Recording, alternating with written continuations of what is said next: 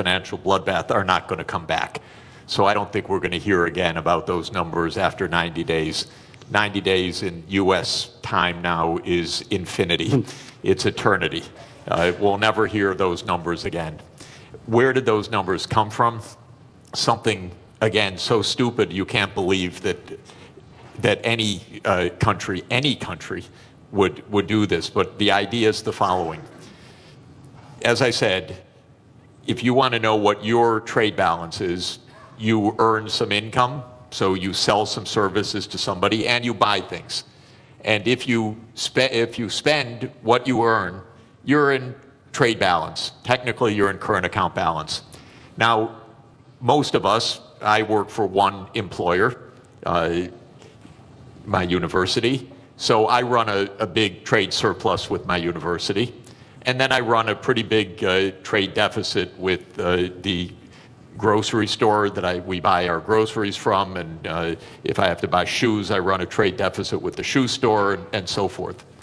Trump's idea, just to add to the craziness of it, is that you should run a trade balance with everybody, not an overall trade balance, but a trade balance with everybody. So you should sell a little bit, you should work a little bit for your shoe store, you should work a little bit for your grocery store, you should go around anytime you want to shop, you trade something. I'll write you an essay if you'll sell me shoes, and you make your living somehow trying to balance your trade with all of your counterparts.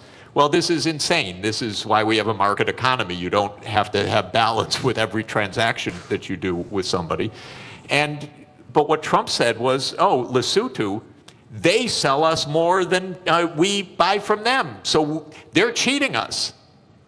That's literally what he said. Literally what he said.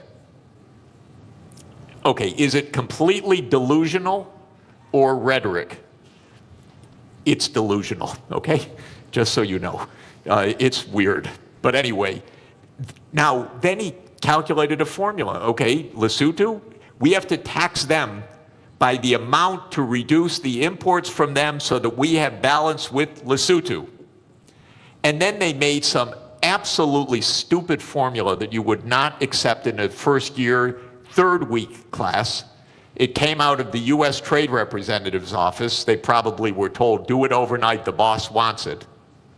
And then they came up with a list of tariffs, country by country, based on the bilateral trade balance. You cannot make this stuff up. This is not it used to be not a Mickey Mouse country, my country. But this is Mickey Mouse. This is not, and I apologize to Mickey Mouse. He would not do this. Mickey Mouse is smarter than this. So we are in a crazy land, actually, with this. Now, it stopped for a moment. We'll never hear those numbers again. I don't know what we'll hear in 3 months. God help us, really. Because it probably won't have to do with trade. It'll have to do with something else. But we can't normalize this as what's the rationale, how to negotiate, what to do. Of course, 60 countries immediately said, we'll rebalance with you. And the President of the United States literally used the language I'm about to use. I'm quoting him because otherwise I would never say this. He said, 60 countries are coming to kiss my ass. He said that in a public speech, the President of the United States. So this is, I'm sorry, I apologize, but it's presidential language. Yeah. Okay? I'm only speaking at high political terms. So we cannot normalize this. We have to say no. We didn't spend 100 years on 200 years, 207 years since David Ricardo put forward the idea of comparative advantage, okay? And we have been building the trade system since the ruins of World War II for 80 years. And we have been building the World Trade Organization, which the US led the creation of, I think it's fair to say, for 31 years. This should not be normalized to try to figure out what is the theory of this.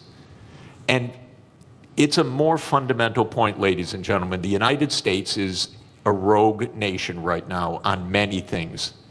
not just on trade, but on making Gaza into the U.S. Riviera, on whatever it wants to say. It's a little bit of a rogue nation. For the world to hold together, the rest of the world has to say, we're not going down crazy lane. We're going to be responsible. We're going to go to the UN. We're going to go to the World Trade Organization. We're not going to get into this downward spiral. Because if we normalize craziness, there is no way out. You mentioned Mickey Mouse, but there's a kind of a theme here from Bloomberg, the news agency. These are its headlines in the morning and the afternoon of Tuesday, Wednesday, and Thursday. Tuesday morning, this is madness. In the afternoon, a clown show. On Wednesday, stocks keep falling. In the afternoon, could have been worse. Thursday morning, assessing the damage. Thursday afternoon, Trump blinks. And by the way, if I may, because it's interesting, because I'm living in this crazy world, the Secretary of Treasury then, with all deference to a person who has a very hard job, he says, this was planned all along when Trump dropped this. Can you imagine? He couldn't say anything else, though. Well, yeah, I know, but to hear this from your Treasury Secretary is not